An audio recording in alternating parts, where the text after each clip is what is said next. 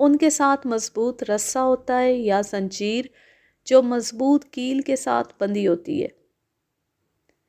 اس گھوڑے کے پاؤں کے دونوں پٹے کھلے ہوئے تھے، انہیں صرف انسانی ہاتھ کھول سکتے تھے۔ جگموہن سنگھ کو کیس رجسٹر کرنا پڑا، لیکن صرف گھوڑے اور ایک شیر کی چوری کا قتل کا کیس وہ لاش دیکھ کر اور یقین کر کے کہ یہ واقعی قتل کی واردات ہے پھر رجسٹر کرنا چاہتا تھا۔ سرکس کے یہ آدمی ٹلنے والے نہیں تھے، جگموہن انہیں ٹالنا چاہتا تھا، وہ ان کے ساتھ چلا گیا۔ جلے ہوئے خیمے میں سے راجن کی لاش اٹھائی نہیں گئی تھی۔ جگموہن سنگھ کو راجن کے خیمے تک لے گئے۔ رات ہوا کچھ تیز چلی تھی، خیمہ جلا اور اس کی راکھ نیچے گرنے کی بجائے اڑتی رہی۔ راجن کی لاش زمین پر پیٹ کے بل پڑی تھی۔ جگموہن سنگھ نے لاش کو غور سے دیکھا تو ایک خاص چیز نظر آئی۔ آپ اس محاورے سے واقف ہوں گے، رسی جل گئی پر بل نہ گیا۔ یہ محاورہ رسی کے متعلق ہے کہ رسی جل کر راکھ ہو جاتی ہے مگر راکھ کی شکل میں اس کے بل بدستور موجود رہتے ہیں۔ راجن نے جلی ہوئی 2 رسیاں دیکھی، ایک کی راکھ لاش کے ٹخنوں کے ساتھ زمین پر تھی اور دوسری لاش کی پیٹھ پر۔ لاش کے دونوں بازو پیٹھ پر تھے، کلائیاں ملی ہوئی تھیں۔ جگموہن سنگھ نے رنگ ماسٹر سے کہا، یہ قتل کی واردات ہے۔ مقتول کے ہاتھ اور پاؤں رسیوں سے باندھ دیے گئے تھے، ہاتھ پیٹھ پیچھے باندھے گئے تھے اور یہ چارپائی سے گرا نہیں بلکہ آگ لگنے سے پہلے زمین پر پڑا ہوا تھا۔ سفری یعنی فولڈنگ چارپائی جل کر راکھ ہو چکی تھی۔ وہاں ایک سٹول تھا، 2 کرسیاں اور ایک تپائی تھی اور ایک چھوٹی سی میز، سب کچھ راکھ ہو گیا تھا۔ میں آپ کو ایک خاص بات بتاتا ہوں، جلی ہوئی رسی کی راکھ اتنی نمایاں نہیں تھی کہ ہر کوئی دیکھ کر کہہ سکتا کہ یہ جلی ہوئی رسی ہے۔ یہ جگموہن کی عقل تھی کہ اس نے اسے جلی ہوئی رسی کہا تھا۔ رنگ ماسٹر نے ٹھیک کہا تھا کہ راجن بھاگ سکتا تھا۔ جگموہن نے بھی سوچا کہ راجن کے کپڑوں کو اگر آگ لگ گئی تھی اور وہ بیدار ہونے تک خاصا جل چکا تھا تو بھی وہ چند قدم تو بھاگ ہی سکتا تھا۔ اس کے ہاتھ پاؤں باندھ دیے گئے تھے۔ جگموہن خیمے کی دوسری اشیاء کو دیکھنے لگا۔ میز کی راکھ پر ایک لیمپ پڑا تھا جو مٹی کے تیل سے جلتا تھا، اس کی چمنی ٹوٹی ہوئی تھی۔ جگموہن سنگھ نے رنگ ماسٹر سے پوچھا کہ کیا یہ لیمپ راجن کے خیمے میں جلا کرتا تھا؟ رنگ ماسٹر نے بتایا کہ یہ راجن کا لیمپ ہے۔ جگموہن سنگھ نے دیکھا کہ اس لیمپ کا اس جگہ سے ڈھکنا غائب تھا جہاں تیل ڈالا جاتا تھا۔ اس نے سب سے کہا کہ خیمے کے ارد گرد دیکھیں، لیمپ کا ڈھکنا کہیں پڑا مل جائے گا، ڈھکنا چوڑی دار ہونا چاہیے۔ جگموہن کا دماغ گہرائی میں چلا گیا تھا۔ اسے یہ شک ہوا تھا کہ راجن کو رسیوں سے باندھ کر زمین پر پھینکا گیا اور لیمپ کا ڈھکنا اتار کر لیمپ کا تیل ادھر ادھر چھڑک کر آگ لگا دی گئی۔ تیل راجن پر بھی چھڑکا گیا ہوگا۔ جل کر لاش کی حالت ایسی ہو گئی تھی کہ دیکھی نہیں جاتی تھی، پہنے ہوئے کپڑوں کا نشان تک نہ تھا۔ یہاں میں پھر جگموہن سنگھ کی عقل کی تعریف کروں گا کہ اس نے لیمپ کا ڈھکنا اترا ہوا دیکھ کر یہ سراغ حاصل کیا کہ اس لیمپ کا تیل خیمہ جلانے کے کام آیا ہے۔ آپ ذرا اس خیمے کو تصور میں لائیں جس میں بہت سا سامان جل کر راکھ ہو گیا اور خیمہ بھی جل گیا تھا۔ وہاں ایک لیمپ پر کس کی نظر جا سکتی تھی جو آگ کی تپش سے سیاہ ہو گیا تھا اور جس کا شیشہ یعنی چمنی ٹوٹ گئی تھی۔ لیمپ کا ڈھکنا تلاش کے باوجود نہ مل سکا۔ اتنی راکھ میں چھوٹا سا ڈھکنا کہاں مل سکتا تھا؟ یہ جگموہن کی خوش قسمتی تھی کہ لوگوں نے دوسرے خیموں پر پانی پھینکا تھا، راجن کا خیمہ پانی سے بچا رہا تھا۔ اس کی وجہ یہ معلوم ہوئی کہ لوگوں کے بیدار ہونے تک راجن کا خیمہ جل چکا تھا۔ خیمہ دوسروں سے ذرا الگ تھلگ تھا۔ تیز ہوا اس کے جلتے ہوئے چیتھڑے اڑا کر دوسرے خیموں تک لے گئی، یا یوں بھی ہوا ہوگا کہ آگ لگانے والے نے کسی دوسرے خیمے کو بھی آگ لگا دی ہوگی جو باقی خیموں کے ساتھ تھا۔ جگموہن سنگھ نے لاش کی برآمدگی اور اسے پوسٹ مارٹم کے لیے بھجوانے کے کاغذات تیار کیے، گواہوں کے دستخط لیے اور لاش پوسٹ مارٹم کے لیے بھجوا دی۔ عام قسم کا پوسٹ مارٹم اس شہر میں ہو سکتا تھا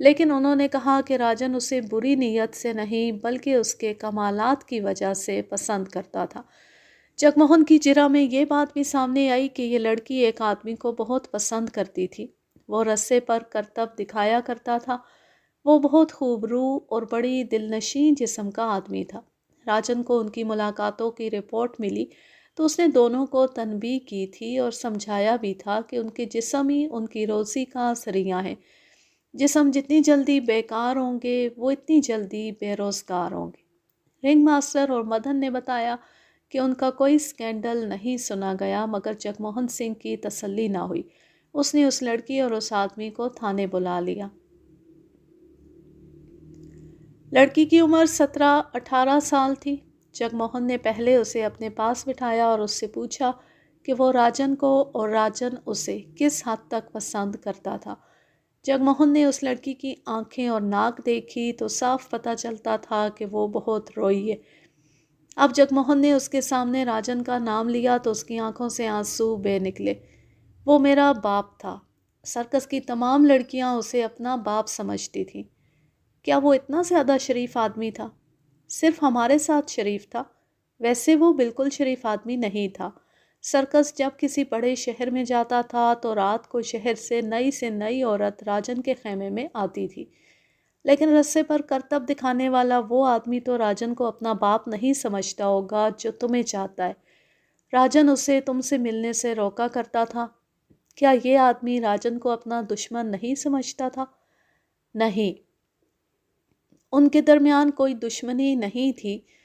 راجن نے ملنے سے نہیں روکا تھا، وہ احتیاط کرنے کو کہتا تھا۔ جگموہن نے اس لڑکی کے ساتھ بہت دماغ سوزی کی اور اپنا تجربہ اور ذہانت استعمال کر کے دیکھ لیا۔ اسے لڑکی اور اس کا چاہنے والا صاف نظر آئے۔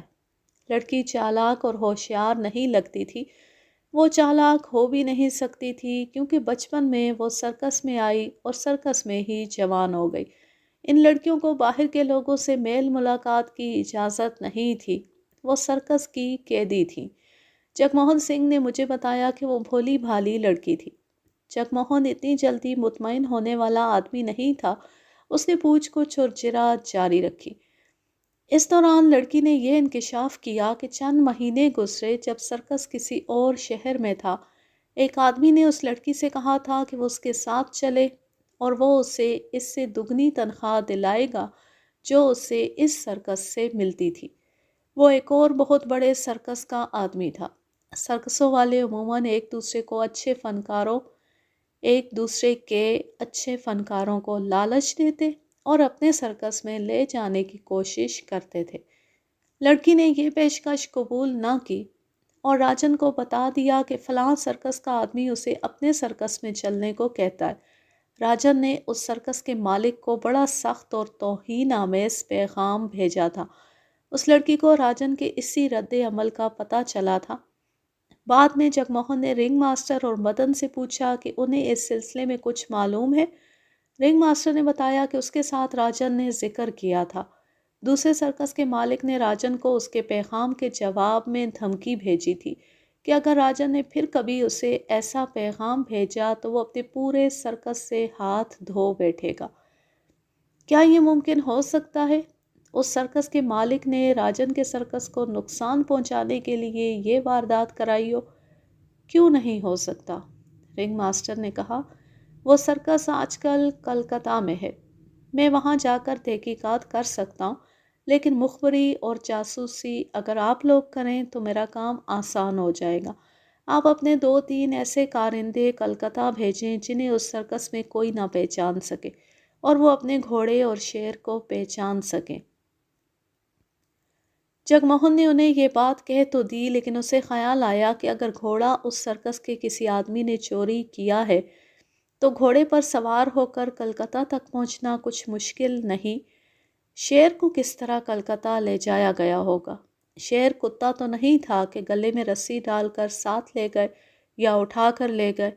شیر کو پنجرے سمیت لے جایا جا سکتا تھا، لیکن پنجرہ ریلوے کی مال گاڑی سے ہی لے جایا جا سکتا تھا۔ پنجرہ یہیں پڑا تھا۔ اس زمانے میں پرائیویٹ ٹرک نہیں چلتے تھے۔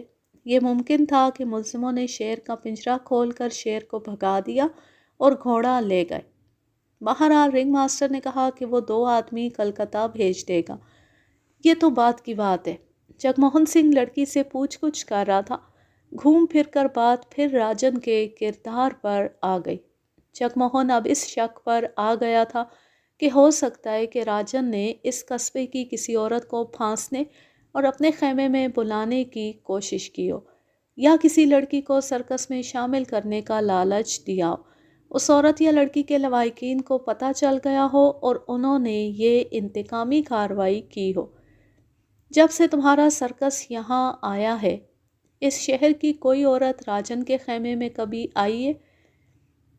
میں نے 4-5 روز گزرے ایک عورت کو دن کے وقت اس کے خیمے میں سے نکلتے دیکھا تھا۔ اگر وہ عورت تمہارے سامنے آئے تو اسے پہچان سکتی ہو؟ نہیں، میں اس کا چہرہ نہیں دیکھ سکی تھی۔ اس نے قیمتی کپڑے پہن رکھے تھے، لیکن میں اس کی عمر نہیں بتا سکتی کیونکہ میں نے چہرہ نہیں دیکھا تھا۔ راجن کے اخلاق کی باتیں ہو رہی تھیں۔ لڑکی سے پتہ چلا کہ راجن نے شادی کی ہی نہیں تھی۔ لڑکی پہلے بتا چکی تھی کہ راجن شریف آدمی نہیں تھا۔ اب پھر بات ہوئی تو لڑکی نے بتایا کہ راجن کاروبار اور لین دین کے معاملے میں دیانتدار نہیں تھا۔ سرکس کے کارندوں کو وقت پر تنخواہ دے دیتا تھا، لیکن جن دکانداروں یا ٹھیکیداروں سے جانوروں کے لیے چارہ، درندوں کے لیے گوشت اور انسانوں کے لیے راشن پانی آتا تھا، انہیں وہ پیچھے پھرا پھرا کر پیسے دیتا اور اکثر ان کی کچھ رقم مار لیتا تھا۔ لین دین کے سلسلے میں وہ کسی نہ کسی کے ساتھ لڑتا جھگڑتا ہی رہتا تھا۔ یہ شیر جو نکل گیا ہے، یہ ہمارے پاس اس وقت آیا تھا جب اس کی عمر 3-3.5 مہینے تھی۔ راجن نے ابھی تک اس کی قیمت ادا نہیں کی۔ شیر کی عمر 2 سال ہو گئی ہے۔ جو آدمی اس بچے کو لایا تھا وہ 4-5 روز پہلے بھی آیا تھا۔ وہ جب بھی آتا تھا راجن اسے شراب پلا کر کچھ دیر اپنے ساتھ رکھتا، پھر اسے چلتا کر دیتا تھا۔ اس کے ساتھ بھی راجن کا لڑائی جھگڑا رہتا ہوگا۔ اس آدمی کے ساتھ راجن کے عجیب سے تعلقات تھے۔ کبھی شک ہوتا تھا جیسے ان کی گہری دوستی ہے، کبھی میں نے انہیں ایک دوسرے کو دھمکیاں دیتے بھی دیکھا۔ میں اس سے زیادہ اور کچھ نہیں جانتی کیونکہ میں ان کی ہر ملاقات کے وقت ان کے ساتھ نہیں ہوتی تھی۔ جگموہن نے اس سے پوچھا کہ وہ رنگ ماسٹر اور مدن کے سامنے بھی راجن کی اس بددیانتی اور کاروبار میں بد اخلاقی کی باتیں کرے گی۔ لڑکی نے کہا کہ وہ ان کے سامنے یہ باتیں کرنے سے نہیں ڈرے گی۔ جگموہن نے رنگ ماسٹر اور مدن کو اندر بلا لیا اور انہیں بتایا کہ یہ لڑکی راجن کے متعلق یہ باتیں بتا رہی ہے۔ راجن میں یہ بہت بڑی خرابی تھی، رنگ ماسٹر نے کہا۔ وہ دوسروں کی رقمیں دبا لیتا تھا۔ اس لڑکی نے آپ کو ٹھیک بتایا ہے۔ میں نے آپ سے کہا تھا کہ کوئی بظاہر بے معنی اور معمولی سی بات آپ کے ذہن میں آئے تو وہ بھی مجھے بتائیں۔ آپ نے اتنی اہم بات مجھے نہیں بتائی۔ اس لڑکی کی باتوں سے میرے ذہن میں آتا جا رہا ہے کہ قتل کا باعث کیا ہو سکتا ہے۔ قتل کا ایک باعث یہ ہو سکتا ہے کہ اس شہر کی کوئی عورت اس کے پاس آتی تھی، یا اس نے اس عورت کو کوئی جھانسا دے کر اپنے خیمے میں بلایا تھا۔ اس عورت کے لواحقین نے راجن سے انتقام لیا ہے۔ دوسرا باعث یہ ہو سکتا ہے کہ اس نے کسی ایسے بیوپاری یا ٹھیکیدار کے بل کی ادائیگی روک لی ہوگی جس کا تعلق غنڈوں اور بدماشوں کے ساتھ ہے۔ آپ کو شاید علم نہیں کہ کریم گنج کے بدماش سارے صوبے میں مشہور ہیں۔ یہ سراغ رسانی تو آپ کو کرنی ہے، مدن نے کہا۔ میں تو کروں گا ہی۔ آپ یوں کریں کہ مجھے ان ٹھیکیداروں اور دکانداروں کے نام پتے دیں جو سرکس کو گوشت اور دیگر مال سپلائی کرتے تھے۔ اس کے علاوہ مجھے یہ بتائیں کہ وہ آدمی کون ہے جس نے سرکس کو یہ شیر دیا تھا جو پنجرے سے نکل گیا ہے۔ رنگ ماسٹر اور مدن نے اس آدمی کا نام گومل بتایا اور اس کے متعلق یہ بتایا کہ وہ ان جنگلوں میں رہتا ہے جو نیپال کی سرحد سے بھی آگے چلے جاتے۔ چونکہ یہ سرکس کچھ عرصے سے اسی صوبے میں گھوم رہا تھا، اس لیے یہ آدمی راجن سے ملتا رہتا تھا۔ اس نے سرکس کو لنگوروں اور بندروں کے بچے سپلائی کیے تھے، ایک ریچھ کا بچہ بھی سپلائی کیا تھا اور آخر میں وہ شیر لایا تھا۔ اس وقت یہ شیر بچہ تھا۔ کومل نے اسے 3-4 مہینے اپنے پاس رکھا تھا۔ اس سے یہ ہوا کہ بچہ اس سے مانوس ہو گیا۔ کومل بچے کو یہاں لایا تو گومل کے سوا کسی اور کے ہاتھ نہیں آتا تھا۔ یہ رنگ ماسٹر درندوں کو سدھانا جانتا تھا، لیکن اس بچے کے ساتھ اسے کچھ مشکل پیش آئی۔ وہ اسے سدھار سکتا تھا، لیکن راجن نے گومل سے کہا کہ وہ سرکس کے ساتھ رہے اور اس بچے کو سدھائے۔ گومل نے وہیں رہنا شروع کر دیا۔ رنگ ماسٹر کی ہدایات کے متعلق گومل بچے کو سدھاتا رہا اور بچہ 1.5-2 سال کا ہو کر پورا شیر بن گیا۔ یہ ببر شیر نہیں تھا، دھاری دار تھا، جسے ٹائیگر کہتے ہیں۔ اسے پنجرے میں رکھا جاتا تھا کیونکہ یہ جوان شیر تھا۔ صرف گومل تھا جسے دیکھ کر یہ شیر پالتو کتے کی طرح دم ہلاتا اور گومل کے ہاتھ چاٹتا تھا۔ کوئی دوسرا قریب جاتا تو شیر غصے میں آ جاتا تھا۔ رنگ میں آ کر رنگ ماسٹر کو پریشان نہیں کرتا تھا۔ گومل کا کام ختم ہو چکا تھا، وہ چلا گیا۔ رنگ ماسٹر اور مدن کو معلوم نہیں تھا کہ راجن نے اس شیر کی کتنی قیمت اور اسے سدھانے کے لیے گومل کو کتنی اجرت طے کی یا دی۔ انہیں صرف یہ معلوم تھا کہ راجن نے گومل کو قیمت ادا نہیں کی تھی، اجرت بھی شاید کم ہی دی تھی۔ البتہ راجن نے گومل کو اپنا دوست بنا لیا تھا اور اسے شراب پلاتا تھا۔ اس کا اور گومل کا آپس میں لڑائی جھگڑا بھی ہو جاتا تھا۔ 2-3 بار رنگ ماسٹر نے گومل سے کہا کہ وہ راجن کے ساتھ بدتمیزی نہ کیا کرے۔ گومل نے اسے بتایا کہ راجن اسے شیر کی قیمت ادا نہیں کر رہا۔ رنگ ماسٹر نے راجن سے کہا کہ وہ اس جنگلی کو پیسے دے دے اور اسے چلتا کرے۔ راجن نے کہا کہ شیر کی قیمت جتنی تو یہ اس سے شراب پی چکا ہے۔ مختصر یہ کہ ان کی آپس میں چپکلش چل رہی تھی۔ آگ لگنے سے 3-4 روز پہلے بھی گومل آیا تھا۔ وہ اپنے سدھائے ہوئے شیر کے پنجرے کے سامنے جا کھڑا ہوا تو شیر اسے دیکھ کر بے چین ہو گیا۔ گومل نے ہاتھ پنجرے کے اندر کیا تو شیر اس کے ہاتھ کو چاٹنے لگا۔ گومل نے یہ خطرناک حرکت کی کہ پنجرے کا دروازہ اوپر اٹھا دیا، شیر باہر آ گیا اور گومل کے پاؤں میں لوٹ پوٹ ہونے لگا۔ دیکھنے والے ادھر ادھر بھاگ گئے، لیکن شیر نے گومل کے سوا کسی اور طرف توجہ ہی نہ دی۔ گومل نے اشارہ کیا تو شیر اچھل کر پنجرے میں چلا گیا۔ گومل نے دروازہ، جو دراصل سلاخیں تھیں، نیچے کر دیا۔ یہ کوئی عجیب بات نہیں کہ شیر انسان کے ساتھ اتنا پیار کرتا ہے۔ شیر کتے کی طرح پیار کرنا جانتا ہے۔ گومل نے تو اسے اپنے ہاتھ سے دودھ پلایا تھا اور شیر اسی کے ہاتھ سے کھا کھا کر جوان ہوا تھا۔ میں درندوں کی فطرت کو اچھی طرح سمجھتا ہوں۔ جنگل میں بھی وہی شیر خطرناک ہوتا ہے جو بھوکا ہو، یا جس کے منہ انسانی خون اور گوشت لگ گیا ہو، یا شیر اس کے لیے خطرناک ہوتا ہے جس سے اسے ڈر ہو، ورنہ شیر حملہ نہیں کرتا۔ گومل کے متعلق رنگ ماسٹر اور مدن نے بتایا کہ وہ ہے تو جنگلی، لیکن معمولی قسم کا آدمی معلوم نہیں ہوتا۔ اس کی عمر 35 سال کے لگ بھگ بتائی گئی۔ شکل و صورت بہت اچھی اور جسم پھرتیلا تھا۔ اس کی آنکھوں میں ایسا تاثر تھا جس سے معلوم ہوتا تھا کہ دلیر اور پراسرار آدمی ہے۔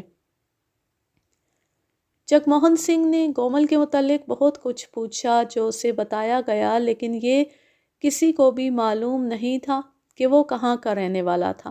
صرف یہ معلوم تھا کہ وہ فلاں جنگلوں میں رہتا ہے۔ اتنے وسیع جنگل میں اس کی تلاش آسان نہیں تھی۔ تاہم اسے تلاش کرنا تھا، جس کے لیے وقت درکار تھا۔ پولیس کے لیے کسی کی تلاش ناممکن نہیں ہوتی، وقت بہت چاہیے۔ دن گزر گیا، پوسٹ مارٹم رپورٹ آ چکی تھی۔ اس کے مطابق موت جلنے سے واقع ہوئی تھی۔ ڈاکٹر نے یہ بھی لکھا تھا کہ مقتول کے منہ میں کپڑا ٹھونسا ہوا تھا۔ کپڑا جو منہ سے باہر تھا وہ جل گیا۔ اس سے مقتول کے ہونٹ جل کر سوج گئے اور آپس میں مل گئے۔ اندر کا کپڑا نہیں جلا تھا۔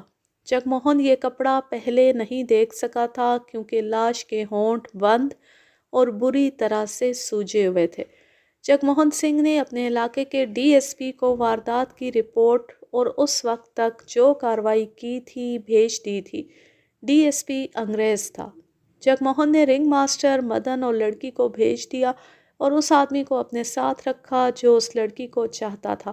اس سے جگموہن نے رات بہت دیر تک پوچھ گچھ جاری رکھی اور وہ اس نتیجے پر پہنچا کہ اس شخص کے دل میں لڑکی کی محبت ضرور ہے، لیکن راجن کی دشمنی نہیں۔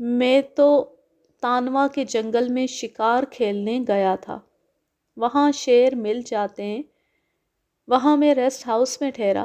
مجھے اس جنگل کے ایک باشندے کا انتظار تھا جس کا نام مجھے کومل بتایا گیا تھا، اور مجھے یقین دلایا گیا تھا کہ وہ نہ صرف ماہر شکاری ہے بلکہ شیر کو گھیر کر سامنے لانے کا ماہر ہے، اور وہ جنگل کا بھیدی ہے۔ وہ درندوں کے بجھے ہوئے نقوش پا بھی پہچان کر بتا دیا کرتا ہے کہ درندہ کس طرف گیا ہے۔ مجھے وہاں کے نمبردار نے بتایا کہ کومل اگلے روز پہنچ جائے گا۔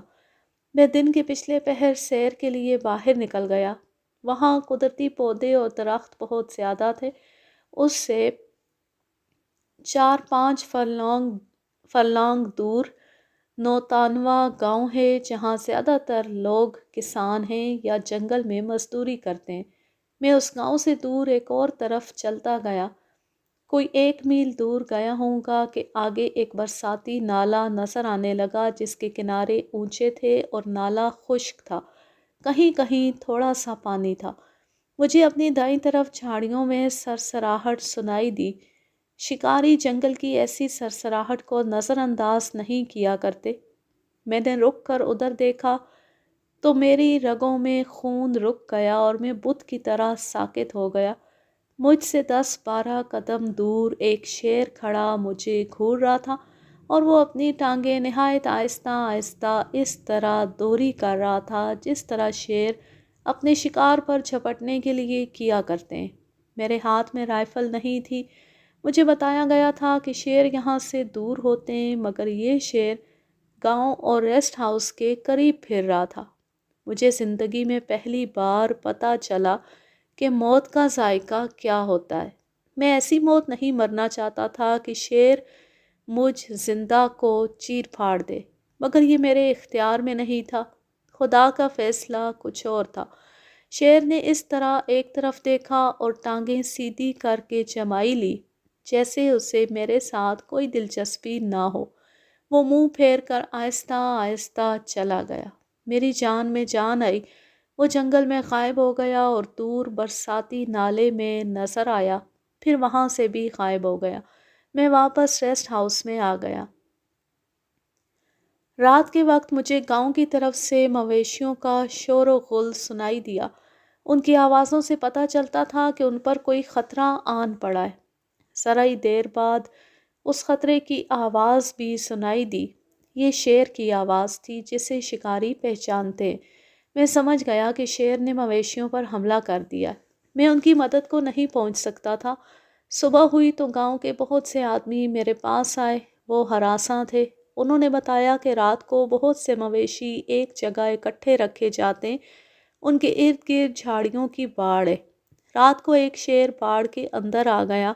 مویشی ڈر کر چیخنے اور بھاگنے لگے۔ نمبردار دوڑا گیا۔ گاؤں کے لوگ شیر کی آواز سن کر دبکے رہے۔ جب خاموشی ہوئی تو لوگوں نے جا کر دیکھا، نمبردار خون میں ڈوبا پڑا تھا۔ وہ مر چکا تھا۔ شیر نے اس کے ایک پہلو سے پیٹ پھاڑ ڈالا تھا۔ صبح لوگوں نے مویشیوں کو اکٹھا کیا تو پتہ چلا کہ ایک بچھڑا کم ہے۔ زمین پر نشان دیکھے، شیر اسے گھسیٹ کر لے گیا تھا۔ میں گاؤں میں چلا گیا۔ نمبردار کی لاش اس کے گھر پڑی تھی۔ اسے دیکھا۔ شیر نے اس کے صرف پہلو میں پنجہ مار کر اس کا پیٹ چاک کر دیا تھا۔ جسم پر اور کوئی زخم نہیں تھا۔ میں نے باہر جا کر زمین دیکھی۔ صاف نظر آ رہا تھا کہ بچھڑے کو شیر گھسیٹ کر کدھر لے گیا۔ میرے ہاتھ میں رائفل تھی۔ میں اس نشان پر چلتا گیا۔ مجھے یہ یقین ہو چکا تھا کہ یہ شیر انسان کا گوشت کھانے کا عادی نہیں، ورنہ وہ نمبردار کی لاش اٹھا کر لے جاتا۔ اسے ایک جانور کی ضرورت تھی۔ اسے بچھڑا پسند آیا اور وہ اسے مار کر لے گیا۔ شیر وہ خطرناک ہوتا ہے جو انسان کے گوشت کا عادی ہو جائے۔ گاؤں کے لوگوں نے مجھے بتایا تھا کہ اس گاؤں کی زندگی میں یہ پہلا واقعہ تھا کہ شیر گاؤں میں آیا ہے، ورنہ یہاں دور دور تک شیر نظر نہیں آتا۔ میں آگے چلتا گیا، برساتی نالے میں سے بھی گزر گیا، پار چلا گیا اور 20-25 گز دور مجھے مرا ہوا بچھڑا نظر آ گیا۔ میں ذرا قریب جا کر ایک درخت پر چڑھ گیا۔ بچھڑا صاف نظر آ رہا تھا، اس کی صرف ایک ٹانگ کھائی ہوئی تھی۔ شیر کہیں نظر نہیں آ رہا تھا۔ 3-4 گیدڑ آ گئے اور گدھ بھی آ گئے۔ میں خاصی دیر ادھر ادھر دیکھتا رہا، شیر کا نام و نشان نہ تھا۔ میں اس ارادے سے واپس آ گیا کہ رات کو اسی درخت پر واپس آؤں گا۔ شیر عموماً رات کو اپنے مارے ہوئے شکار پر آیا کرتا ہے۔ ریسٹ ہاؤس میں آیا تو برآمدے میں ایک دراز قد، بڑے مضبوط جسم اور اچھی شکل و صورت کا ایک آدمی بیٹھا تھا۔ اس کے پاس 2 نالی بندوق تھی۔ میرا اردلی اس کے پاس کھڑا تھا۔ اس نے مجھے بتایا کہ یہ آدمی وہ شکاری ہے جسے میری رہنمائی اور ساتھ کے لیے بھیجا گیا ہے۔ اس آدمی نے اپنا نام گومل بتایا۔ میں نے شکار کے دوران ایسے بہت سے آدمی دیکھے ہیں، وہ مرے مرے اور جھکے جھکے سے ہوتے ہیں اور انگریز شکاریوں کے سامنے یہ ظاہر کرتے ہیں کہ وہ بہت غریب ہیں تاکہ انگریز افسر رحم کر کے زیادہ انعام دے جائیں۔ لیکن گومل کے چہرے کے تاثرات میں اور اس کی آنکھوں کی چمک میں خود اعتمادی اور وقار سا تھا۔ اس نے مجھے اس طرح سلام کیا جیسے وہ میری عہدے کا افسر ہو۔ مجھے خوشی ہوئی کہ میں نے پہلا ہندوستانی مددگار دیکھا ہے جو اپنے آپ کو غلام اور غریب ظاہر نہیں کر رہا۔ میری نظر اس کے گھوڑے پر پڑی جو پرے بندھا ہوا تھا۔ گھوڑا اتنی اچھی نسل کا تھا کہ مجھے یقین نہ آیا کہ جنگل کا یہ باسی اس گھوڑے پر آیا ہے۔ میں نے اس سے پوچھا، گومل یہ گھوڑا کہاں سے لائے ہو؟ اس نے جواب دیا کہ یہ 1.5-2 سال سے اس کے پاس ہے۔ ان لوگوں کے پاس گھوڑے کہاں؟ ان میں سے کوئی عیاشی کرے تو ٹٹو قسم کی مریل سی گھوڑی رکھ لیا کرتا تھا۔ میں کچھ دیر گھوڑے کو دیکھتا رہا۔ جگموہن سنگھ نے میجر پیٹر ہال سے گھوڑے کا حلیہ پوچھا۔ اس نے حلیہ بتایا تو جگموہن نے اچھل کر کہا، یہی ہے، آپ ٹھیک کہتے ہیں، ایسا اعلیٰ گھوڑا کسی جنگلی کے پاس نہیں ہو سکتا، وہ سرکس کا گھوڑا ہے۔ جگموہن کو گھوڑے کا حلیہ زبانی یاد تھا۔ یہ گھوڑا عام گھوڑوں سے ویسے بھی بہت مختلف تھا۔ اس کا رنگ سفید تھا اور اس پر ہلکے اور کچھ گہرے بادامی رنگ کے چھوٹے چھوٹے داغ دھبے تھے۔ میں گومل کو وہیں سے اپنے ساتھ گاؤں میں لے گیا۔ میجر پیٹر ہال نے جگموہن کو سنایا اور اسے کہا کہ وہ اس شیر کے پنجوں کے نشان پہچان لے۔ نشان برساتی نالے کی ریت اور مٹی پر زیادہ صاف تھے۔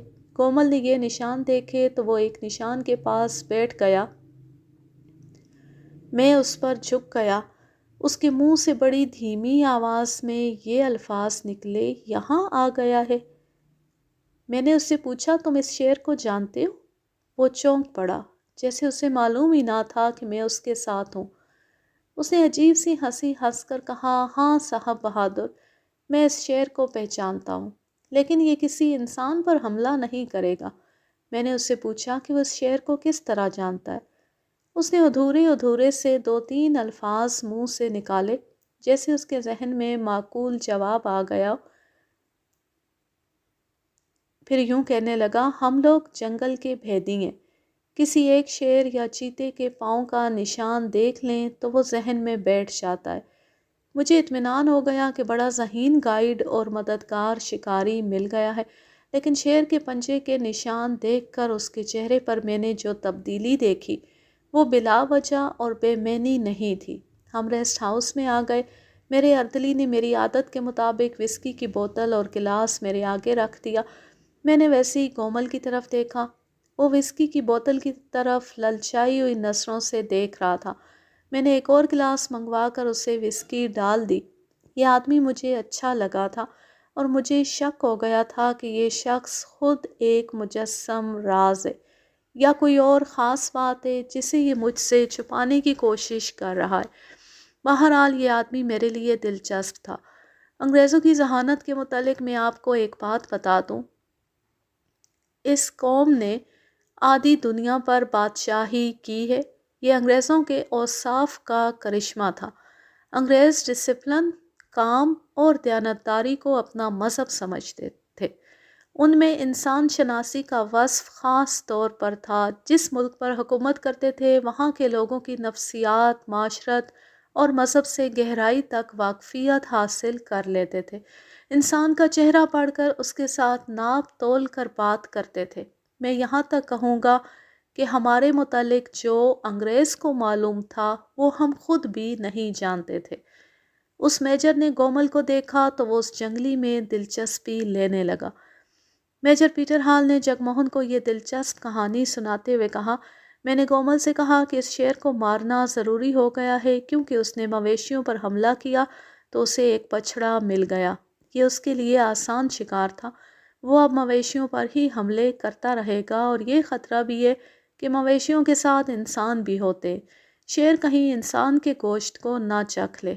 کومل نے کہا، آپ شیر کے شکار کے لیے آئے ہیں، میں آپ کو آگے لے جاؤں گا جہاں آپ شیر کا شکار کھیل سکتے ہیں۔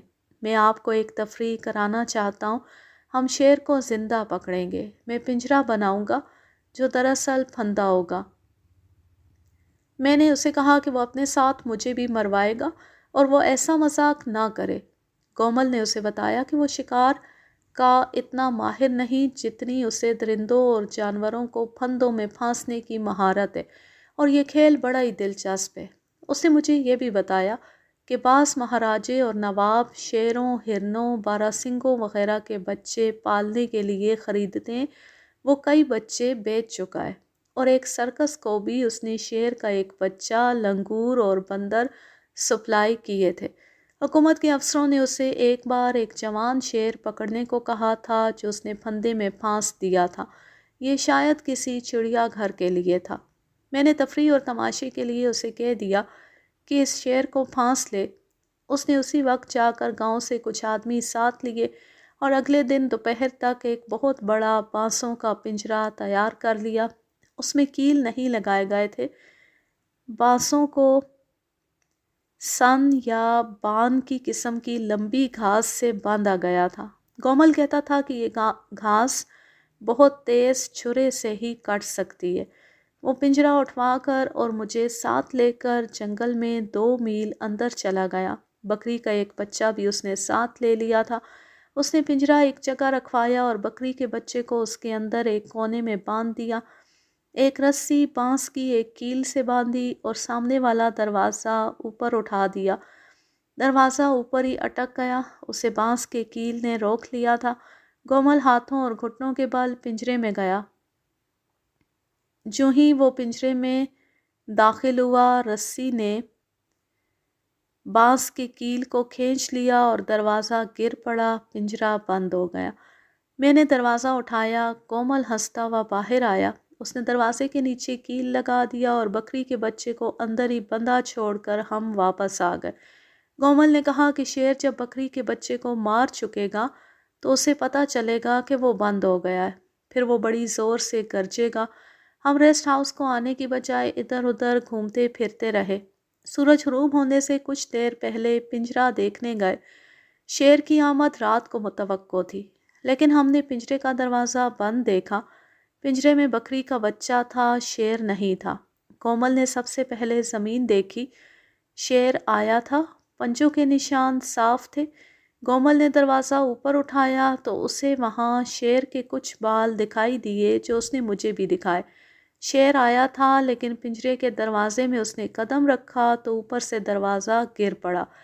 معلوم ہوتا تھا جیسے اس کا پاؤں یا منہ کا کوئی حصہ دروازے کے نیچے آیا جو شیر نے باہر کھینچ لیا اور اس کے کچھ بال دروازے کے نیچے رہ گئے۔ کومل نے کہا کہ دروازہ اچھی طرح نہیں اٹکا تھا، اس لیے وہ دوسری کوشش کرے گا، لیکن میں نے روک دیا اور کہا کہ میں کوئی اور کھیل تماشا نہیں دیکھنا چاہتا۔ میں شیر کے شکار کے لیے آیا ہوں اور میں اسی شیر کو ماروں گا۔ میں نے دیکھا کہ گومل کے چہرے کا تاثر بدل گیا۔ وہ شیر کو زندہ پکڑنا چاہتا تھا۔ مجھے خیال آیا کہ وہ اس شیر کو زندہ پکڑ کر کسی سرکس یا کسی چڑیا گھر کے حوالے کر کے پیسے کمائے گا۔ میں نے اسے کہا کہ وہ اپنا کاروبار میرے جانے کے بعد چلا سکتا ہے، پہلے میرے شکار میں میری مدد کرے۔ وہ خاموش ہو گیا۔ اس میں ایک انگریز افسر کی حکم عدولی کی جرأت نہیں تھی۔ جس طرح آج مجھے اس کہانی کی ایک ایک تفصیل یاد آ گئی ہے، اسی طرح مجھے یہ بھی یاد ہے کہ جگموہن سنگھ نے مجھے یہ کہانی سناتے ہوئے کہا تھا، انگریز افسر مختصر اور صرف کام کی بات کیا کرتے ہیں، لیکن اس انگریز میجر نے ہندوستانی عورتوں کی طرح بات اتنی لمبی کر دی کہ ختم ہونے میں ہی نہیں آتی تھی۔ میں نے اسے کہا کہ مجھے یقین ہو گیا ہے کہ میرا ملزم یہی کومل ہے۔ گھوڑا جو اس کے پاس ہے وہ راجن کے سرکس کا ہے، اور اب مجھے یقین ہونے لگا ہے کہ اس شیر کو کومل مارنا نہیں چاہتا تھا بلکہ زندہ پکڑنا چاہتا تھا، کیونکہ یہ وہی شیر تھا جو اس نے خیموں کو آگ لگا کر سرکس کے پنجرے سے نکال دیا ہے۔ مجھے بتایا گیا تھا کہ یہ شیر اس کے ساتھ کتے کی طرح پیار کرتا تھا۔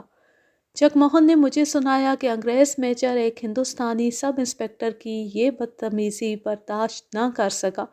اس نے حاکموں کے لہجے میں کہا، میری پوری بات غور سے سنو۔ تمہارے ڈی ایس پی نے مجھے کہا ہے کہ میں تمہیں پوری بات سناؤں۔ معلوم ہوتا ہے تم میری بات سے اکتا گئے ہو اور اپنی ڈیوٹی میں کوتاہی کر رہے ہو۔ تمہیں شاید احساس نہیں کہ کتنا بڑا جرم سرزد ہوا ہے۔ تم ہندوستانیوں کی دلچسپی صرف تنخواہ کے ساتھ ہوتی ہے۔ جگ موہن سنگھ ایسی ڈانٹ ٹپٹ برداشت کرنے والا نہیں تھا۔ اس نے میجر کو کھری کھری سنا دی اور اسے کہا، آپ پوری بات سنائیں یا نہ سنائیں، میں اپنے ملزم کو اس جنگل میں شیروں کی کچھار میں سے بھی نکال کر لے آؤں گا۔ پھر بھی جگ موہن کو ساری کہانی سننی پڑی، جو اس کے لیے دلچسپ تو بہت تھی، لیکن وہ وقت بچانا چاہتا تھا اور اس کا ارادہ یہ تھا کہ فوراً نوتانوا کو روانہ ہو جائے اور پیشتر اس کے کہ کومل کہیں روپوش ہو جائے اسے گرفتار کر لے۔ کہانی چونکہ دلچسپ تھی اس لیے مجھے بھی آج تک یاد ہے۔ میجر پیٹر ہال نے جگ موہن کو سنایا۔ رات کو پھر وہی شور سنائی دیا۔ مویشی خوفزدہ ہو کر چلا رہے تھے مگر شیر کی آواز نہ آئی۔ صبح گاؤں کے چند ایک آدمی ریسٹ ہاؤس میں آئے۔ وہ بہت ڈرے ہوئے تھے۔ انہوں نے بتایا کہ شیر کے پہلے حملے سے ڈر کر انہوں نے مویشیوں کے باڑے پر گزشتہ رات ایک آدمی کا پہرا کھڑا کر دیا تھا۔ رات کو شیر آیا اور اس آدمی کو مار کر چلا گیا۔ میں نے کومل سے کہا کہ اس شیر کو فوراً مار دینا ضروری ہو گیا۔ یہ کہہ کر میں اسے گاؤں میں لے گیا۔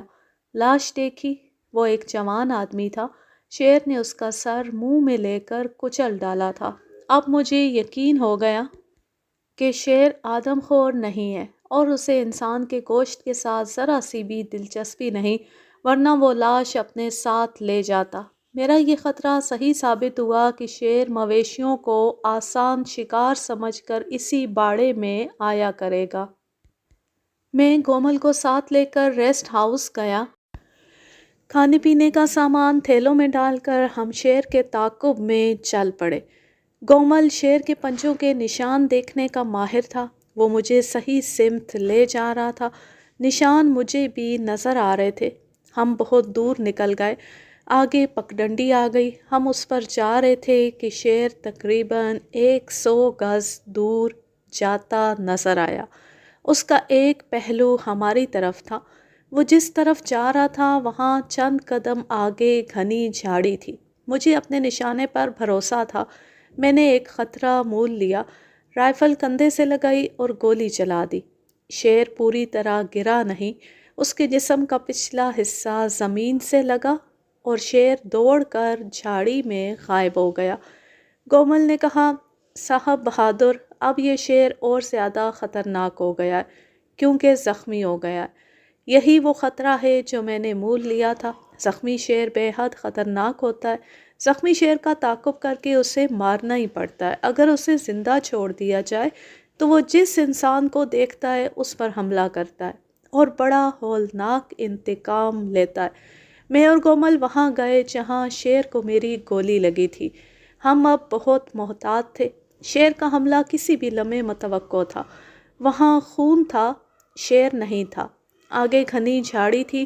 ہم نے اس میں پتھر پھینکے اور کان کھڑے کر کے شیر کی آواز سننے کی کوشش کی۔ ہمیں کوئی آواز سنائی نہ دی۔ کومل جھاڑ میں سے نہ گزرا۔ اس نے مجھے بھی جھاڑ میں جانے سے روک دیا۔ ہم باہر سے دوسری طرف گئے۔ ہمیں خون اور پنجوں کے نشان نظر آ گئے۔ کومل نے کہا کہ شیر کی پچھلی اور بائیں ٹانگ میں گولی لگی ہے لیکن ہڈی نہیں ٹوٹی ورنہ شیر اتنی جلدی غائب نہ ہو جاتا۔ خون زیادہ تھا، گولی پٹھے میں سے گزری تھی۔ خون کو دیکھتے ہم بڑھتے چلے گئے، لیکن اب ہم بے فکری سے نہیں چل رہے تھے۔ آگے دریا آ گیا جس میں پانی کم تھا۔ گومل نے مجھے کہا کہ میں کنارے کے ساتھ آگے بڑھوں اور وہ دوسری طرف سے جائے گا تاکہ شیر کو آگے سے روکا جا سکے۔ میں گومل سے جدا ہو گیا۔ تقریباً 1 میل گئے ہوں گے کہ مجھے 100 گز سے زیادہ فاصلے پر شیر نظر آ گیا۔ پہلے کی طرح اب بھی اس کے آگے جھاڑ تھی۔ اسے معلوم نہیں کیسے شک ہو گیا کہ کوئی خطرہ ہے۔ وہ لنگڑاتا ہوا تیزی سے چلنے لگا اور جھاڑ میں داخل ہو گیا۔ ابھی اس کا آدھا جسم باہر تھا کہ میں نے رائفل کندھے سے لگا کر اس پر گولی چلا دی۔ شیر گرا اور اٹھ کھڑا ہوا۔ یہ گولی بھی مہلک ثابت نہیں ہوئی تھی۔ ایک اور گولی چلی جو گومل نے چلائی تھی۔ میں دوڑا گیا۔ شیر کی آواز سنائی دے رہی تھی۔ یہ مرتے وقت کی آوازیں تھیں۔ میں جب شیر کے قریب پہنچا تو وہ آخری سانسیں لے رہا تھا اور گومل اس سے کچھ دور کھڑا اسے بالکل ویسے دیکھ رہا تھا جیسے کوئی اپنے کسی عزیز کو مرتے دیکھتا ہے۔ اس کے چہرے پر اداسی تھی، شاید اس کی آنکھوں میں آنسو بھی تھے۔ شیر مر گیا تو گومل اس کے پاس بیٹھ کر اس کے منہ پر ہاتھ پھیرنے لگا۔ مجھے یقین ہو گیا کہ اسے شیر کے مرنے کا افسوس ہے۔ میں نے اسے کہا کہ تم اسے زندہ پکڑ کر کسی چڑیا گھر یا کسی سرکس کو دینا چاہتے تھے۔ تمہارا بہت نقصان ہوا ہے۔ اس نے آہستہ سے گردن گھمائی اور مجھے دیکھا، لیکن بولا کچھ بھی نہیں۔ میں کل یہاں آیا ہوں، شیر کی کھال سر سمیت ساتھ لایا ہوں۔ تمہارا ڈی ایس پی میرا گہرا دوست ہے۔ میں اس کے ساتھ ایک دن گزارنے کے لیے رک گیا۔ رات کو میں نے اسے شکار کی یہ داستان سنائی تو وہ چونک پڑا اور اس نے کہا کہ تم نے غالباً ہماری تفتیش مکمل کر دی ہے۔ اس نے اسی وقت تمہیں ٹیلی فون کر کے بلا لیا۔ تم نے میری روداد غور سے سنی ہوگی۔ میرا خیال ہے کہ میں نے تمہیں بہت سے کھوج اور سراغ دے دیے ہیں۔ ڈی ایس پی نے مجھے کہا ہے کہ میں تمہارے ساتھ نوتانوا جاؤں۔ تمہیں میری رہنمائی کی ضرورت ہوگی۔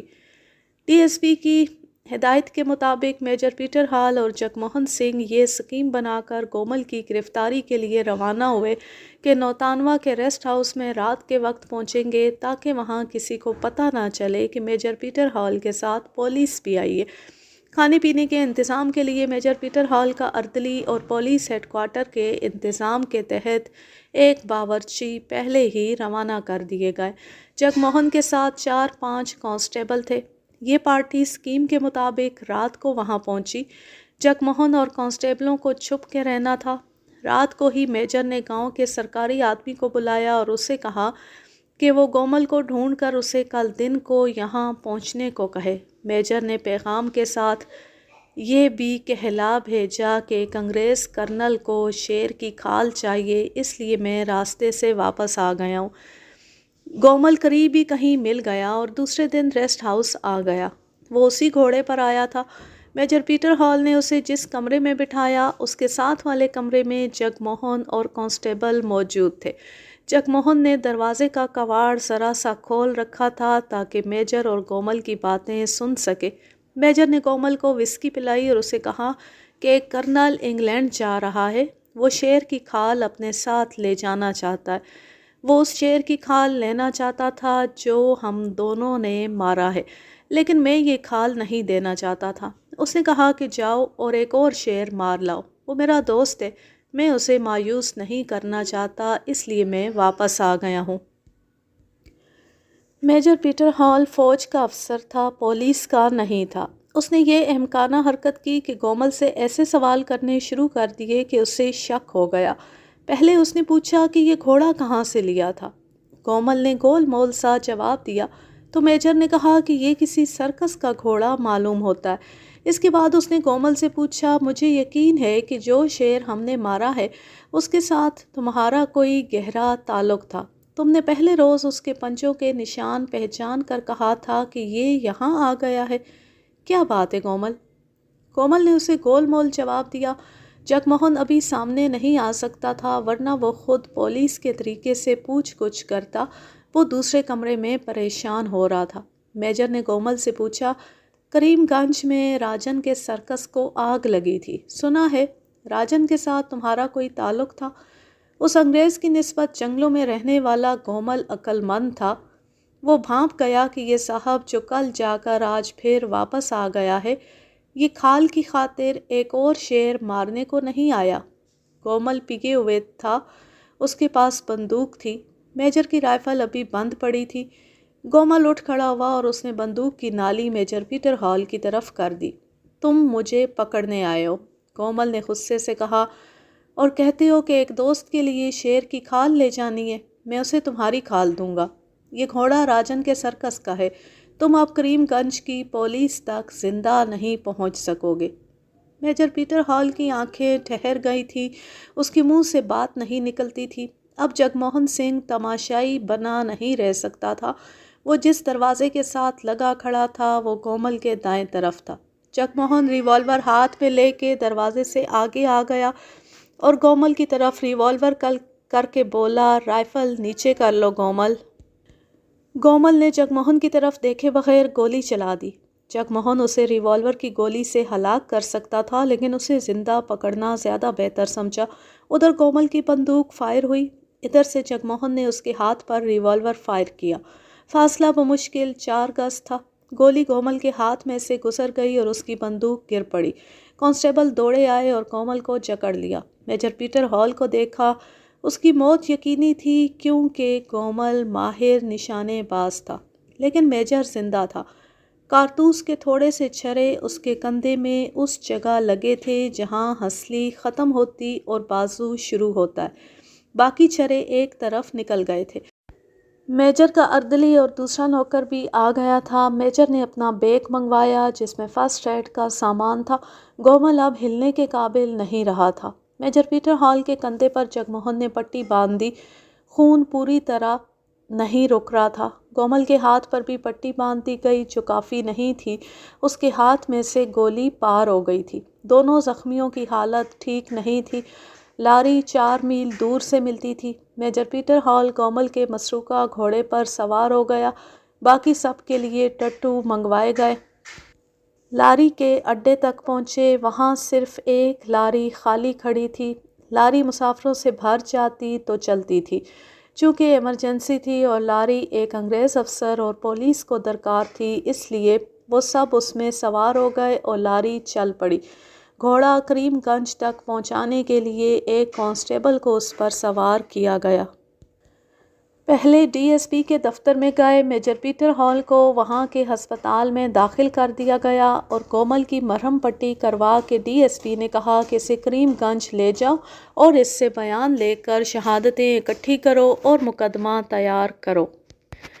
کریم گنج لا کر جگموہن نے گومل سے کہا کہ وہ اب راجن کے قتل کا اعتراف نہ کرے تو بھی اسے ایک انگریز افسر پر گولی چلانے کے جرم میں عمر قید دے کر کالا پانی یعنی جزائر انڈیمان بھیج دیا جائے گا۔ ہو سکتا ہے اسے سزائے موت دے دی جائے، پھر کیوں نہ وہ راجن کے قتل کا اعتراف بھی کر لے۔ گومل جنگلی تھا، اسے معلوم نہیں تھا کہ اس جرم میں اسے سزائے موت یا عمر قید نہیں مل سکتی۔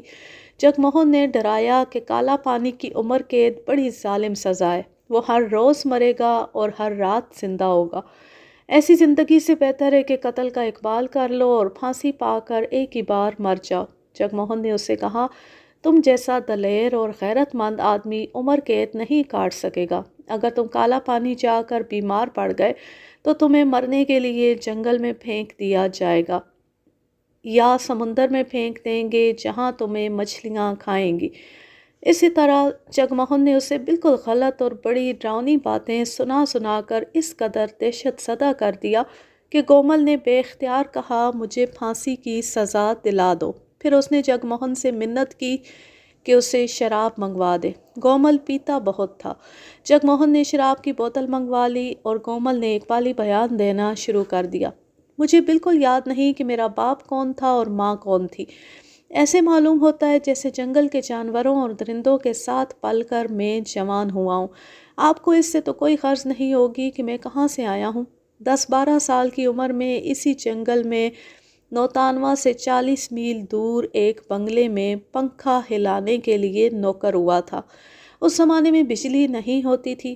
چھت کے ساتھ بہت بڑے پنکھے لٹکا دیے جاتے تھے۔ لکڑی کا 2-3 گز لمبا فریم ہوتا تھا، اس پر کپڑا چڑھا ہوتا تھا اور اس کے نیچے دری کی طرح کا فریم جتنا لمبا اور نصف یا پون گز چوڑا کپڑا لٹک رہا ہوتا تھا۔ لکڑی کے فریم کے ساتھ لمبی رسی ہوتی تھی جو دروازے تک جاتی تھی۔ ایک نوکر سارا دن اس رسی سے پنکھا ہلاتا رہتا اور صاحب لوگ اور امیر کبیر لوگ پنکھے کے نیچے آرام سے سوتے رہتے تھے۔ انگریز ان ملازموں کو پنکھا بوائے کہا کرتے تھے۔ خدا نے مجھے دماغ بھی اچھا دیا تھا، شکل بھی اچھی دی تھی اور جسم کو سختیاں سہنے کی طاقت اور صبر دیا تھا۔ مجھے پیار اور محبت کی بھی ضرورت تھی، روٹی اور کپڑے کی بھی ضرورت تھی۔ میں نے یہ سب ضرورتیں چالاکی اور ہوشیاری سے پوری کرنے کا ڈھنگ بچپن میں ہی سیکھ لیا تھا۔ 14-15 سال کی عمر میں ایک انگریز شکاری کی مہربانی سے مجھے پہلے شیر کے شکار پر اس کا سامان اٹھا کر لے جانے کا موقع ملا۔ اس کے بعد میں نے اسی کام میں مہارت حاصل کر لی اور اسی عمر میں ایک ایسے استاد کی شاگردی کر لی جو جنگل کا چور تھا۔ وہ پھندے لگا کر ہرنوں اور 12 سنگوں اور شیروں کو پکڑتا، انہیں زہر دے کر مارتا اور ان کی کھالیں اتار کر شہروں میں بیچ آتا۔ یہ بہت بڑا جرم تھا۔ میں نے استاد کو اس طرح خوش کیا تھا کہ نیپال کے جنگل کی ایک بہت ہی خوبصورت لڑکی کو جس کی عمر 16-17 سال تھی ورخلا کر گھر سے نکالا اور اسے استاد کے حوالے کر دیا تھا۔ استاد نے مجھے اپنے پیشے کے سارے داؤ پیچ سکھا دیے۔ میں جرم بھی کرتا رہا اور جو انگریز اور جو راجے مہاراجے شکار کھیلنے آتے تھے ان کے ساتھ کی بھی اجرت اور انعام لیتا رہا۔ اسی دوران میں نے رائفل اور بندوق چلانی سیکھی۔ جنگل کے ایک گاؤں کے نمبردار نے مجھے اپنا پہرے دار بنا لیا۔ اس کی 2 بیویاں تھیں۔ وہ جنگل کا بادشاہ تھا، اس کی ایک بیوی جوان تھی۔ وہ مجھ پر مہربان ہو گئی۔ میں جتنا عرصہ وہاں رہا نمبردار اس راز سے واقف نہ ہو سکا۔ نمبردار کے ساتھ مل کر بھی میں نے بہت سے جرم کیے۔ میرے دل میں درندوں کا پیار پیدا ہو گیا۔ میں شیروں اور بھیڑوں کے بچے اٹھا لاتا تھا، بھیڑیوں کے بچے اٹھا لاتا تھا اور انہیں بڑے پیار سے اپنے ساتھ مانوس کر لیتا تھا۔ میں نے شادی کی کبھی سوچی ہی نہیں۔ چند اور سال گزرے تو میں جنگل کا استاد بن گیا اور اب مجھے کسی کے سائے اور سہارے کی ضرورت نہیں تھی۔ میں ماہر شکاری اور انگریز شکاریوں کا مددگار بن گیا۔ جنگل کے سرکاری کارندوں اور ٹھیکیداروں سے بھی میری دوستی ہو گئی۔ میں سرکسوں اور چڑیا گھروں کو شیر وغیرہ سپلائی کرتا رہا۔ نوابوں اور مہاراجوں کی فرمائش کے پرندے اور جانوروں کے بچے انہیں دے کر بہت پیسہ کمایا۔ یہ پیسہ شراب پر اور من پسند عورتوں پر خرچ ہوتا رہا۔ راجن سے اس سلسلے میں پہلی ملاقات ہوئی تھی۔ اسے میں نے لنگور اور بندر دیے۔ میں بچے چوری کیا کرتا اور انہیں اپنے پاس رکھا کرتا تھا، اس لیے یہ میرے ساتھ مانوس ہو جاتے تھے۔ میں انہیں جو حرکتیں سکھاتا وہ کرنے لگتے تھے۔ اس طرح مجھے جانوروں کو سدھانے کا تجربہ ہو گیا۔ راجن میں یہ خرابی تھی کہ پیسے ترسا ترسا کر دیتا تھا اور اکثر پیسے ہضم کر جاتا تھا۔ اس کی مجھے یہ بات پسند تھی کہ ولایتی شراب پلاتا تھا اور میرے ساتھ محبت بہت کرتا تھا۔ میں نے اسے شیر کا ایک بچہ لا کر دیا۔ اس نے پیسے جلدی دینے کا وعدہ کیا مگر پھر اس نے مجھے ٹرخانا شروع کر دیا۔ بچے کو میں نے 3-4 مہینے اپنے پاس رکھا تھا، اس لیے وہ میرے سوا کسی اور کو قریب نہیں آنے دیتا تھا۔ راجن نے کہا کہ اسے میں ہی سدھاؤں۔ میں نے 1 سال سرکس کے ساتھ رہ کر شیر کو سدھایا اور یہ تماشا دکھانے لگا۔ راجن نے مجھے ولایتی شراب، اچھے سے اچھا کھانا اور الگ خیمہ دیا۔ پیسہ ایک بھی نہ دیا۔ دوستی اور پیار محبت میں ٹرخاتا رہا۔ ایک رات میں نے شراب پی ہوئی تھی۔ میں راجن کے خیمے سے اپنے خیمے کو جا رہا تھا۔ سرکس کی ایک لڑکی سامنے آ گئی۔ میں انسان تو ہوں نہیں، میں جنگل کے جانوروں اور درندوں میں جنا پلا ہوں۔ میں لڑکی کو بازوؤں پر اٹھا کر اپنے خیمے میں لے گیا۔ وہ شور مچا رہی تھی۔ سرکس کے آدمی آ گئے اور لڑکی کو چھڑا کر لے گئے۔ راجن کو پتہ چلا تو وہ دوڑتا آیا۔ اس نے مجھے گالیاں دی۔ میں نے اسے کہا کہ وہ مجھے شیر کی قیمت اور اسے سدھانے کی اجرت دے دے، میں چلا جاؤں گا۔ اس نے مجھے تھوڑے سے پیسے دیے اور کہا کہ 1 مہینے بعد آ کر باقی رقم لے جانا۔ میں سرکس سے چلا گیا اور کبھی کبھار آتا رہا۔ اس شیر کے ساتھ میری دوستی گہری ہو گئی۔ مجھے دیکھ کر وہ کتوں جیسی حرکتیں کرتا تھا۔ ایک بار میں نے اسے پنجرے سے نکال لیا اور وہ میرے پاؤں میں لوٹ پوٹ ہونے لگا۔ جوان شیر کو باہر نکالنا خطرناک تھا، لیکن شیر میری محبت میں بھول ہی گیا کہ وہ شیر ہے۔ راجن نے بہت چکر دیے۔ میں سمجھ گیا کہ وہ میری رقم ہضم کرنا چاہتا ہے۔ میں نے ارادہ کیا تھا کہ اس رقم کو بھول جاؤں گا، لیکن مجھے رقم کی ضرورت تھی، اور ضرورت یہ تھی کہ ایک گاؤں میں ایک بڑی خوبصورت لڑکی جوان ہو گئی تھی، لیکن اس کے ماں باپ اتنے غریب تھے کہ اس کی شادی کے لیے ان کے پاس کچھ بھی نہیں تھا۔ میں کہاں کا شریف آدمی تھا، لیکن ایک روز اس لڑکی کا باپ مجھے ملا۔ اس نے میرے آگے ہاتھ جوڑ کر اور رو کر کہا کہ کومل، کچھ قرض ہی دے دو۔ لڑکی کی شادی نہ ہوئی تو ایک بدماش اسے پریشان کر رہا ہے جس کا ہم کچھ نہیں بگاڑ سکتے۔ میں نے اسے کہا کہ تمہاری لڑکی کی شادی میں کراؤں گا۔ میں نے سب سے پہلے اس بدماش کو پکڑا اور اسے مار مار کر بے ہوش کر دیا۔ اس وقت سارے جنگل میں میری دھاک بیٹھی ہوئی تھی۔ میں نے لڑکی کے باپ سے کہا کہ میں اسے رقم لا دوں گا۔ رقم راجن کے پاس تھی۔ اس کا سرکس کریم گنج آ چکا تھا۔ میں نے بڑی مشکل سے اس سرکس کا سراغ لگایا تھا۔ راجن سے کہا کہ اب مجھے پوری رقم کی ضرورت ہے۔ وہ پھر ٹرخانے لگا۔ اس نے مجھے ولایتی شراب پلائی۔ میں نے اسے کہا کہ تم کہہ دو کہ میرے پاس پیسے نہیں ہیں، میں تمہیں رقم معاف کر دوں گا۔ وہ مجھے ٹالتا رہا۔ مجھے غصہ آ گیا۔ ایک وہ غریب لڑکی ہے جس کی شادی نہیں ہو سکتی کہ اس کے ماں باپ کے پاس پیسے نہیں، اور ایک یہ آدمی ہے جس کے پاس روپوں کے ڈھیر لگے ہوئے ہیں اور وہ پھر بھی دوسروں کا حق مار رہا ہے۔ میں نے اسے غصے سے کہا کہ میں آج رقم لے کر جاؤں گا۔ اس نے مجھ سے زیادہ غصے سے کہا کہ جا جنگلی، ایک پیسہ نہیں دوں گا، مجھے دھونس دکھاتے ہو۔ میں اس کے خیمے سے نکل آیا، لیکن قریب ہی ویرانے میں گھومتا پھرتا رہا۔ آدھی رات ہو چکی تھی جب دیکھا کہ سرکس کے لوگ تھکے ہوئے گہری نیند سو گئے ہیں اور بتیاں بجھ چکی ہیں تو واپس آ گیا۔ چوری چھپے راجن کے خیمے میں داخل ہو گیا۔ اس کے لیمپ کی بتی مدھم تھی۔ میں نے سب سے پہلے اسی کا رومال اس کے منہ میں ٹھونس دیا۔ اس کی آنکھ کھل گئی۔ اس کی آواز نہیں نکل سکتی تھی۔ وہ اٹھا۔ میں نے اس کا بازو مروڑ کر اسے فرش پر اوندے منہ گرا لیا۔ آپ میرا جسم دیکھ رہے ہیں؟ اس جسم میں بہت طاقت ہے۔ میں پورا انتظام کر کے آیا تھا۔ میرے پاس رسی تھی۔ میں نے اس کی پیٹھ پر اپنے گھٹنے دبا کر اس کے ہاتھ پیٹھ پر رسی سے باندھ دیے، پھر اس کے پاؤں بھی رسی سے باندھے۔ اس کا لیمپ بڑا تھا۔ میں نے اس کا ڈھکنا کھول کر تیل راجن پر چھڑک دیا۔ خیمے پر بھی تیل چھڑکنا تھا، لیکن لیمپ شام سے جل رہا تھا، اس میں تیل کم رہ گیا تھا۔ میں نے راجن کا باکس کھولا۔ اس میں شراب کی 2 بوتلیں رکھی تھیں۔ آپ کو معلوم ہے کہ شراب تیل کی طرح آگ پکڑتی ہے۔ میں نے باکس کی تلاشی لی۔ اس میں بہت رقم پڑی تھی۔ راجن کو اتنا یقین تھا کہ اس کے خیمے میں چوری نہیں ہو سکتی کہ اس نے باکس کو تالا بھی نہیں لگایا تھا، یا شاید شراب کے نشے میں وہ تالا لگانا بھول گیا تھا۔ میں نے شراب کی 2 بوتلیں نکال لیں۔ رقم میں سکے زیادہ تھے۔ میں نے 5 اور 10 روپے کے جتنے نوٹ تھے نکال کر اپنی کمر کے ساتھ باندھ لیے۔ شراب کی بوتلیں کھولی اور شراب خیموں کے اندرونی کپڑے پر چھڑک دی۔ چارپائی اور میز پر بھی چھڑکی۔ ماچس چلا کر پہلے راجن کے کپڑوں کو آگ لگائی۔ اس کے ساتھ ہی بھک ہوئی اور سارے خیمے کو آگ لگ گئی۔ یہ شراب کی وجہ سے آگ لگی تھی۔ مجھے معلوم تھا کہ ایسے ہی ہوگا۔ میں فوراً باہر نکل گیا۔ میرے ہاتھ میں شراب کی ابھی 1 بوتل تھی۔ اسے کھول کر میں نے ذرا پرے ایک اور خیمے پر شراب چھڑکی اور آگ لگا دی، اور میں سرکس کے بڑے خیمے کے پیچھے چلا گیا۔ ہوا بہت تیز تھی۔ آگ فوراً پھیل گئی اور سرکس کے لوگ جاگ اٹھے۔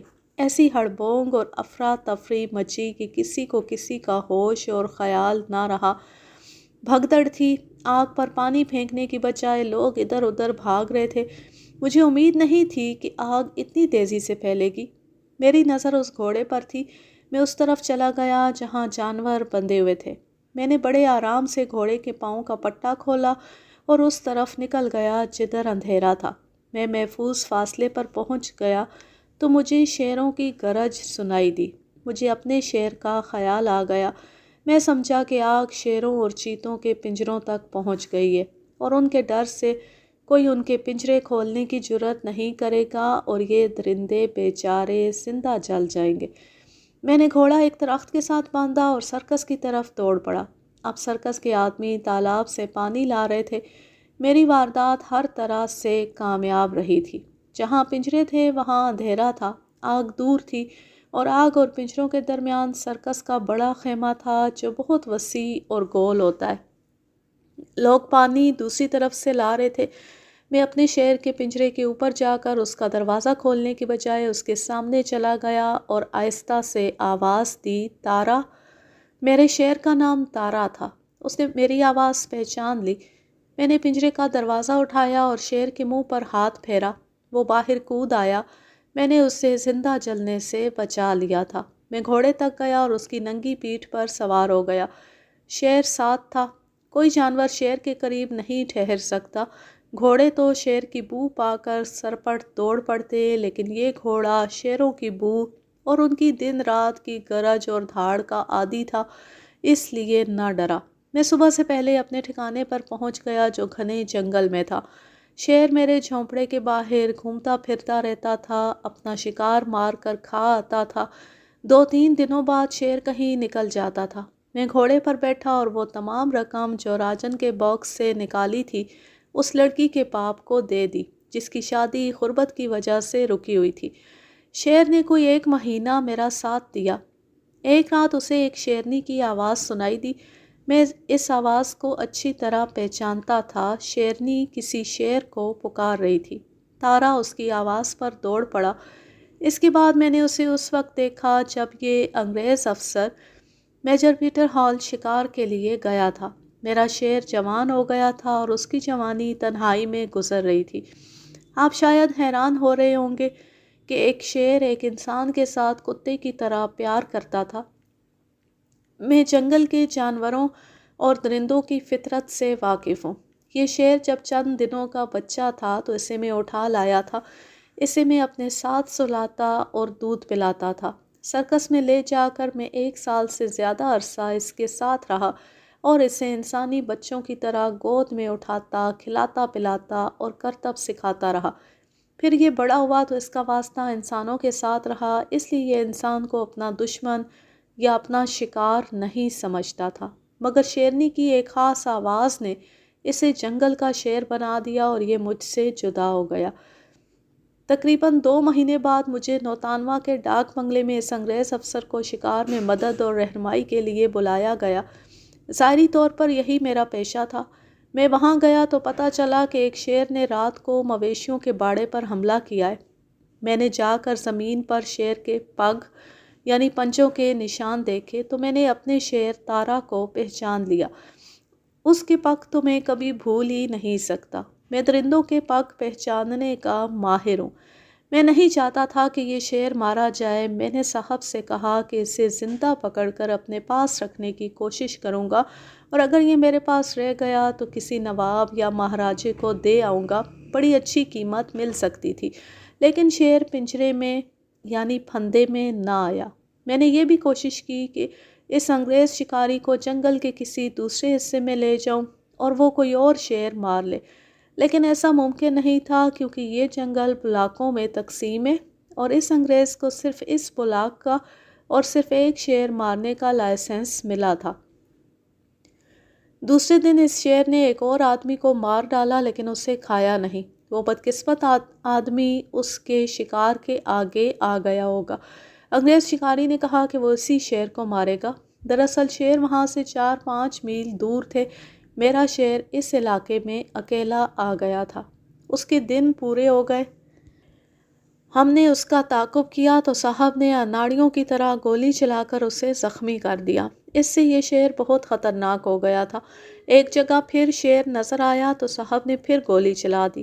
میں دوسری طرف تھا جہاں سے مجھے شیر اچھی طرح نظر آ رہا تھا۔ میں نے دیکھا کہ شیر کو دوسری گولی نے بھی صرف زخمی کیا ہے اور یہ زخم اسے تڑپا تڑپا کر 2-3 روز بعد ماریں گے، تو میں نے اس کے پہلو پر گولی ماری تاکہ گولی اس کے دل میں اتر کر اسے فوراً ختم کر دے۔ میں نے اپنے شیر کو اذیت کی موت سے بچا لیا۔ مجھے بہت صدمہ ہوا۔ صاحب اس کی کھال لے کر چلا گیا تو میں اکیلے میں جا کر بہت رویا۔ اس شکاری کے جانے کے 2 ہی روز بعد مجھے پھر نوتانوا کے ڈاک بنگلے میں بلایا گیا تو میں نے دیکھا کہ یہ تو وہی صاحب ہے جو کل پرسوں یہاں سے گیا ہے۔ یہ تو آپ کو معلوم ہی ہے کہ اس نے میرے ساتھ کیا باتیں کی تھی۔ مجھے شک نہیں بلکہ یقین ہو گیا کہ سرکس کے گھوڑے نے جو میرے پاس تھا میرا راز فاش کر دیا ہے اور یہ صاحب جاسوسی کرنے آیا ہے۔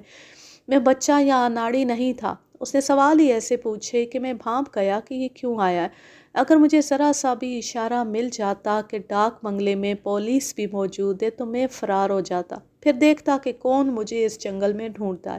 میں ڈھونڈنے والوں کو ایک ایک کر کے گولی کا نشانہ بنا دیتا۔ مجھے اس صاحب پر غصہ آ گیا۔ میں سمجھا وہ اکیلا ہے۔ مجھے اس پر اس لیے بھی غصہ آیا تھا کہ اس نے میرے شیر کو اس طرح زخمی کیا تھا کہ شیر میرے ہاتھوں مرا۔ میں اس انگریز کو گولی مار کر بھاگ جانے کے ارادے سے اٹھا تھا۔ میں نے اس کے سر کا نشانہ لیا تھا تاکہ اس کا مغز اڑ جائے، مگر آپ نے مجھے اس وقت للکارا جب میں گولی چلانے لگا تھا۔ آپ کی آواز سے میرا نشانہ چوک گیا۔ میں آپ کو بھی گولی مارنا چاہتا تھا لیکن آپ نے اس سے پہلے میرے ہاتھ پر گولی چلا دی۔ جگموہن سنگھ نے اس کا اقبالی بیان ایک مجسٹریٹ سے قلم بند کروا لیا۔ کومل نے عدالت میں بھی اقبال جرم کیا اور اسے سزائے موت دے دی گئی۔ یوں یہ زبردست کہانی اپنے اختتام کو پہنچی۔ اب میں لیتی ہوں آپ سے اجازت۔ جہاں رہیں خوش رہیں، شاد و آباد رہیں، ہنستے مسکراتے رہیں۔ اللہ حافظ، اللہ نگہبان۔